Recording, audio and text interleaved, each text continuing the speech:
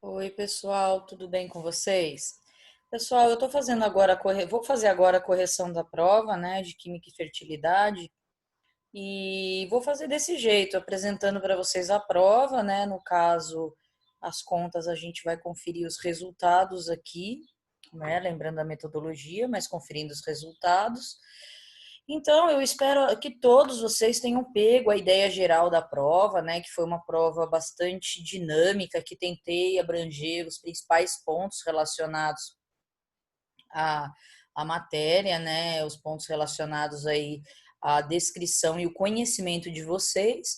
Então, aqui essa é uma parte inicial de discussão para vocês verem a questão do que vocês responderam, se vocês conseguiram entender o que eu queria na questão, né? É importante essa interpretação. E o ponto de vista do professor em cima da prova, né? Então, é uma turma que tem ainda a agronomia e a engenharia florestal em conjunto, o que nos torna ainda mais flexíveis e versáteis na hora de fazer uma correção. Lembrando da visão de cada um de vocês, tem que ser respeitado, né? Um engenheiro florestal, assim, vocês estão na metade do curso. O engenheiro florestal, talvez ele pense a respeito de uma química e fertilidade de uma forma diferente de um agrônomo, mas por esse motivo a gente está aqui para discutir o que eu queria chegar no objetivo principal da prova. Então, a primeira questão, eu falei que a química e a fertilidade busca, né, abranger a área que envolve os processos químicos do solo, as suas interações e relações com a textura, estrutura e agregação. Além disso, apresenta a relação dos nutrientes existentes ou inseridos no sistema de forma conjunta com seu comportamento no solo.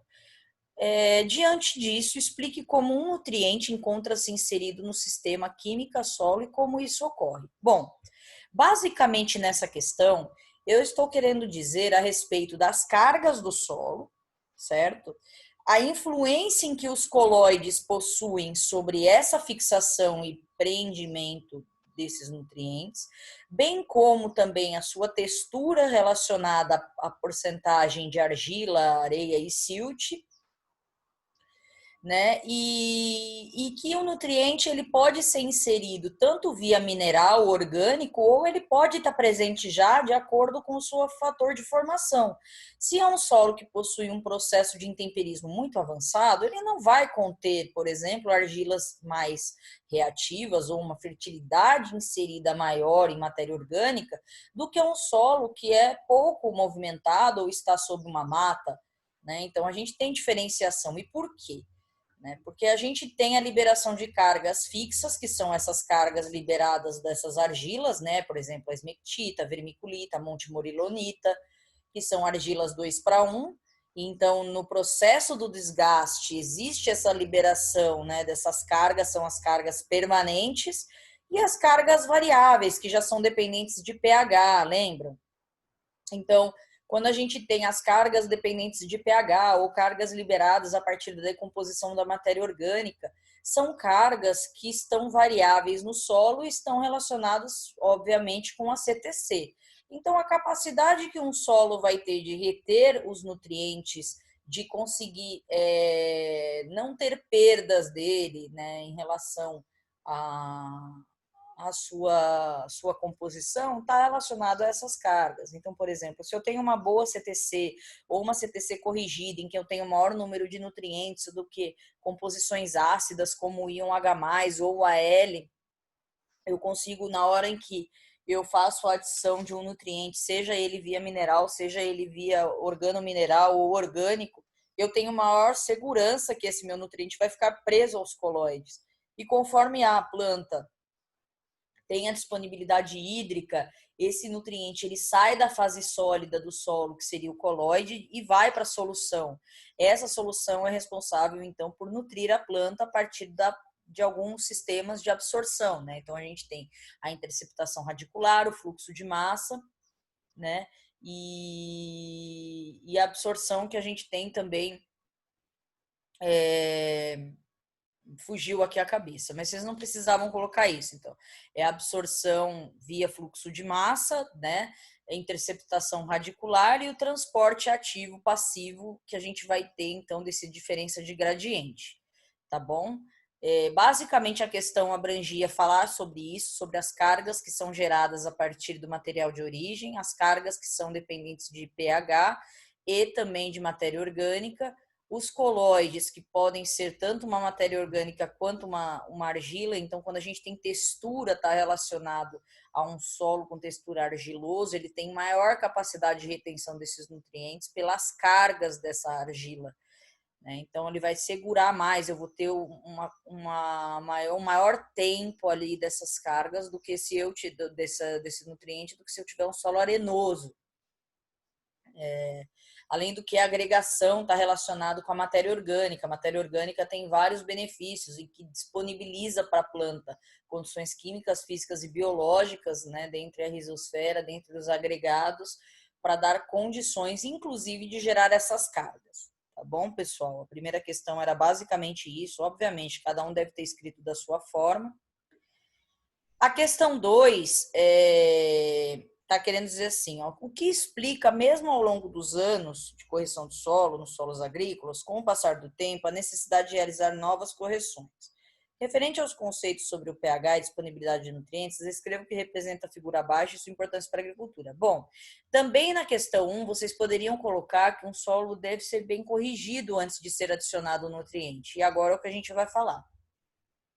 Com o passar do tempo, o que ocorre com os solos? Os solos brasileiros, eles já têm alta concentração de alumínio e têm um pH já considerado muito baixo, né, pelos processos agrícolas e pelos nossos climas tropicais.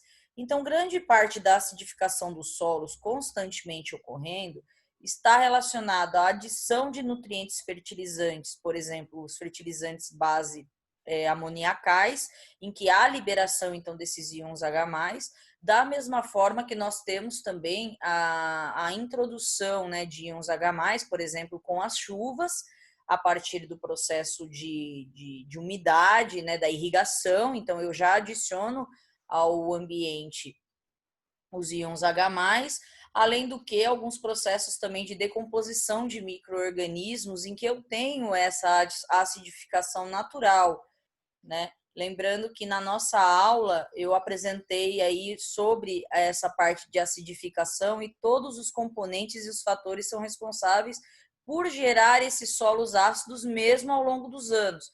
Também, a partir do momento em que nós temos a correção do solo e a extração dos nutrientes pelas plantas, esse resíduo também, esse déficit desses nutrientes pode dar margem aí a perdas também, né, do pH, e a gente tem diminuição desse pH.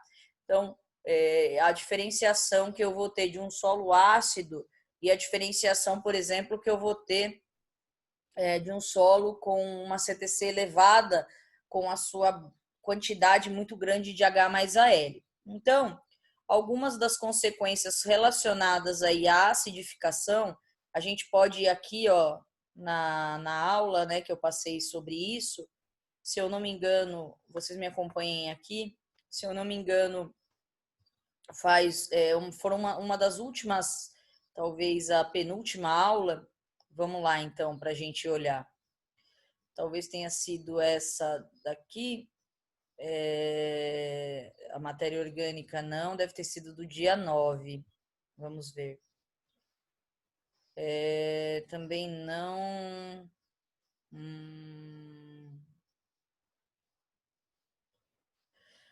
Talvez a parte da reação do solo. Bom, pessoal, depois eu encontro a aula aí para vocês observarem qual foi, mas basicamente é isso, né? A gente tem a introdução dos adubos, isso faz com que haja a acidificação, a retirada também, né? A exportação de alguns nutrientes faz com que esses colóides fiquem desprendidos de alguns nutrientes e os outros aproveitem.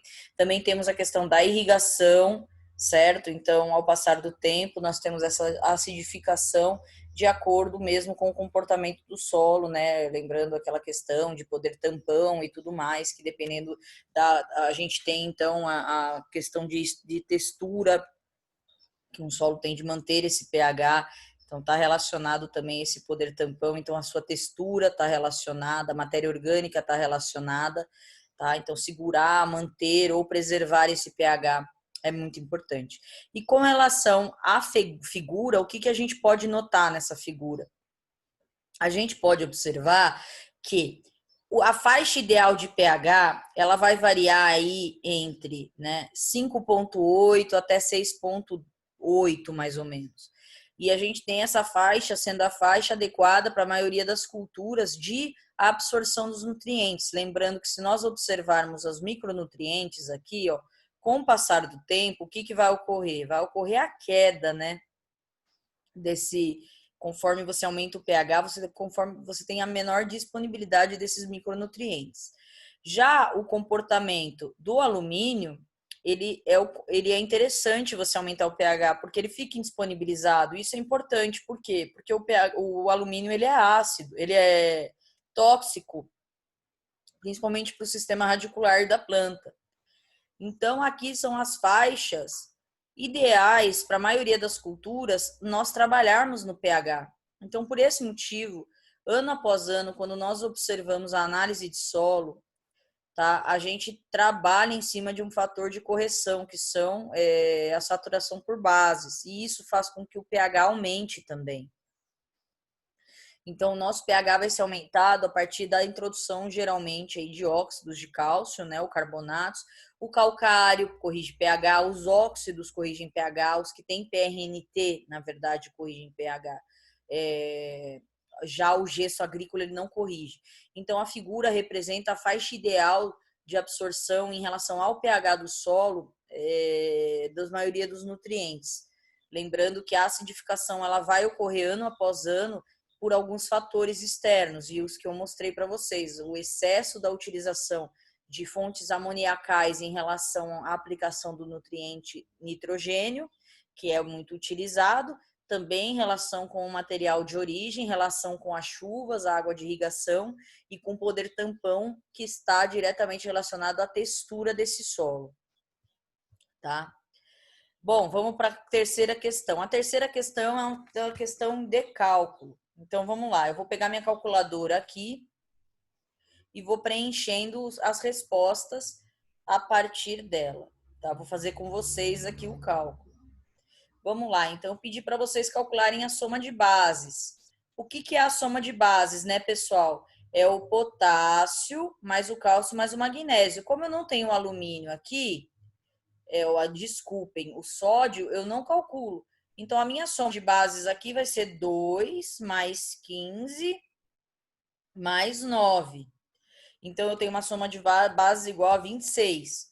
Tá? Vamos colocar em vermelho aqui para ficar mais fácil para vocês observarem.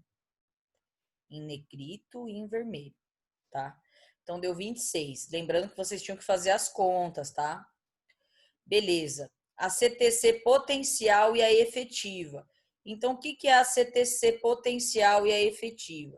A potencial é aquela que pode ser e a efetiva é aquela que está ali ocasionando. Então, a CTC, vamos fazer aqui, vamos deixar aqui a CTC potencial, que é a minha soma de bases mais o H mais o AL, beleza? Tá bom? Então, é 46 a minha CTC potencial. A CTC efetiva nada mais é do que a soma de bases mais o alumínio apenas. Então, a CTC efetiva é 27.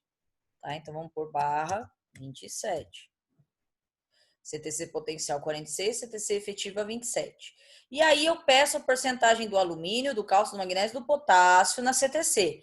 Lembrando que o M% ou a saturação por alumínio é na CTC potencial, tá, pessoal? Então, como que a gente faz? A gente pega o valor, né, que a gente tem aqui. Vamos começar pelo potássio, ó. Eu tenho 2, aí eu pego 2. Vamos lá, peraí. Eu pego 2, divido pela CTC 46 e multiplico por 100. Então, eu tenho 4 pontos aqui, ó, porcentagem de CTC do potássio, tá? Então, eu tenho 4,34%. a porcentagem na CTC, tá? O do cálcio, mais nada mais é do que a mesma coisa. Eu pego, então, 15, divido por 46, multiplico por 100. 32,61, mais ou menos, né? Arredondando aqui. Beleza. Magnésio. Então, eu tenho, ó, 9 dividido por 46. Vamos fazer aqui. 9 dividido por 46 vezes 100. A gente tem 19,5%, né? E por fim o do alumínio. Agora o do alumínio não é calculado pelo potencial, tá? A gente calcula pela CTC efetiva. Então a gente usa o 1, que é o que valor do alumínio, né? 1 dividido por 27 vezes 100. Dá 3,70. Tá bom? Então, essa era a primeira questão que vocês tinham que fazer, bem simples, mas muito importante. Lembrando, né, que existem alguns limites aqui, entre 2 e 5. A gente trabalha o ideal aqui do cálcio, né, entre 40% e 60%, o magnésio de 25%, 30%, e o alumínio é zero ideal. Aí agora a gente vai calcular a necessidade de calagem. Então, ó, aqui fica fácil, eu já dei até a fórmula. A CTC é 46, tá, pessoal? A gente vai fazer 46 V2. Ó, lembrando que eu quero um V2 de 70. Vamos lá, 70 menos 55, que é o V1. Beleza? Dividido pelo PNT. Vamos substituir na fórmula aqui, que é 85, tá, pessoal? Eu dei aqui, ó. Maravilha. Então, vamos fazer primeiro aqui, ó. Quanto que vai dar? 70 menos 55 é 15. 15 vezes 46, 690. Dividido por 850, eu vou ter uma necessidade de 0,8 toneladas por hectare de calcário. Tá bom? Bem simples também, muito interessante, muito importante para vocês, isso daqui, né? Uma interpretação de análise de solo e recomendação de calagem. E qual é a relação ideal de potássio, cálcio e magnésio? A gente trabalha com uma relação ideal de 9:3:1, tá? Certo? Então, é o que eu falei para vocês. E quais os valores ideais desses cátions para ver esse equilíbrio? Então, a gente, né, na CTC, a gente tem que trabalhar, então, nos valores. A gente trabalha aí com o potássio de 2 a 5%, tá? O cálcio, a gente trabalha aí entre 40% e 60%, sendo o ideal, e o magnésio de 25% a 35%, mais ou menos, tá? Porque é o ideal para ver esse equilíbrio. Vocês vão ver na nutrição de plantas que na nutrição de plantas a gente tem uma via única de absorção. Então é melhor a gente trabalhar com equilíbrio para esse equilíbrio não ocorrer em relação a essa via de absorção.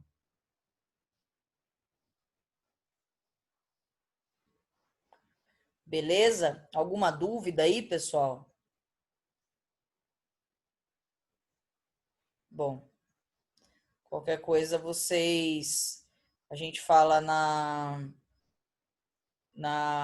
aula. Desculpa, pessoal, estava fazendo uma continha aqui.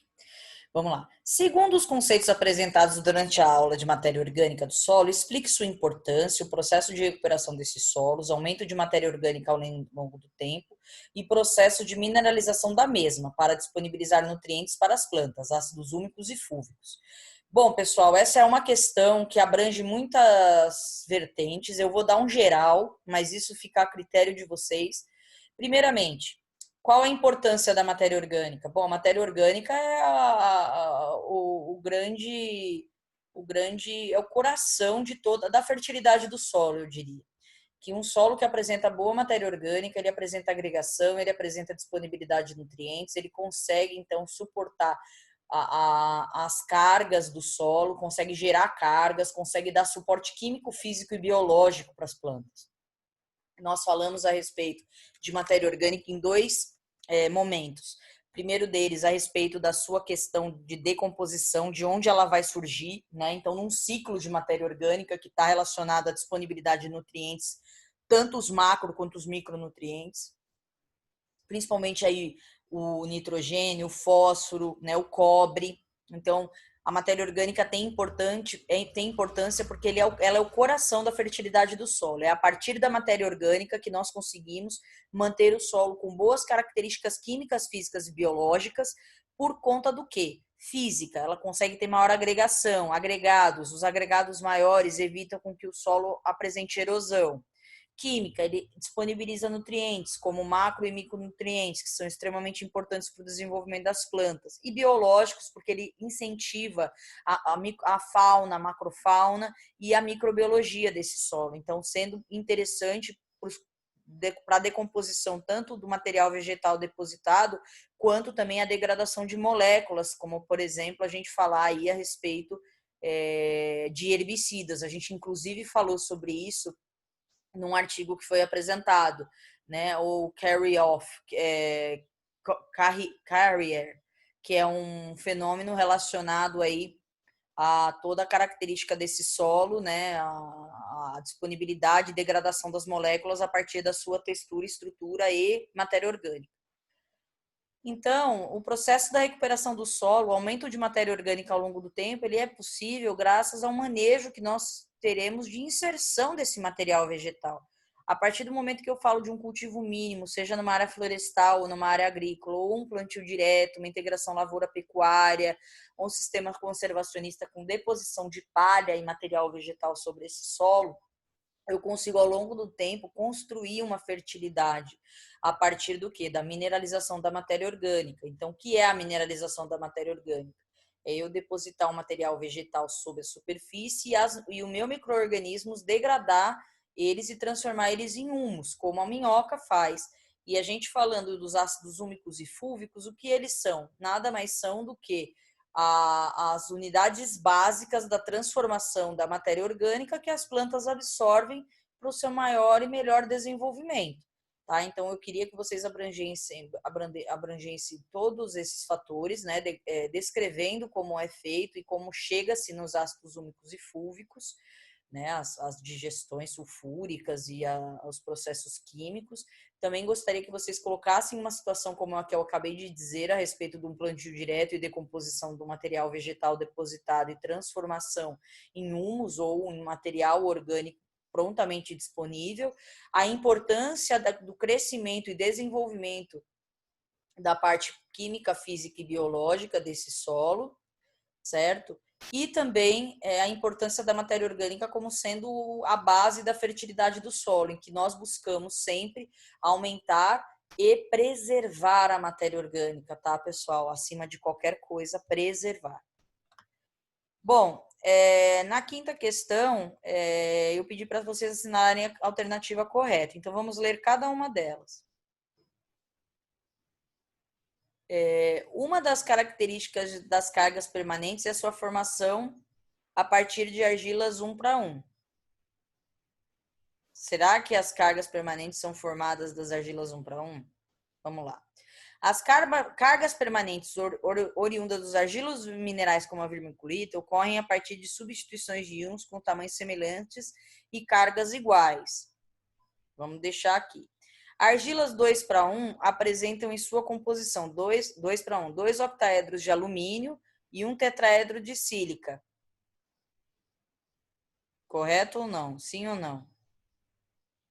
Cargas variáveis não são influenciadas pelo pH do solo. Tá errada essa aqui.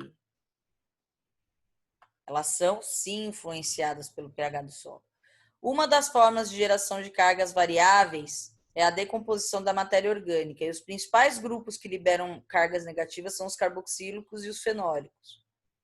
Certo ou não, pessoal? Tá certa essa aqui, né? Então, a gente tem aqui As argilas 2:1, elas são dois tetraedros de sílica, tá? Tá errado. É 2 tetraedros de sílica e 1 octaedro de alumínio. E aqui a gente não tem as substituições podem ser por se fosse por cargas iguais, a gente não teria sobra de carga, entendeu? Tá errado. E as formações das cargas permanentes é a partir das argilas de 2:1. Beleza? Letra E. Então, sobre os tipos de coloides no solo, assinale a alternativa que não apresenta um deles. Humus é coloide? É coloide. Gibsita da vermiculita, vai, mais fácil. Sim, também é coloide. Gibsita também, do alumínio. Caulinita também. Diabásio é o que, pessoal? É rocha, tá? Então, diabásio é uma rocha, inclusive, metamórfica.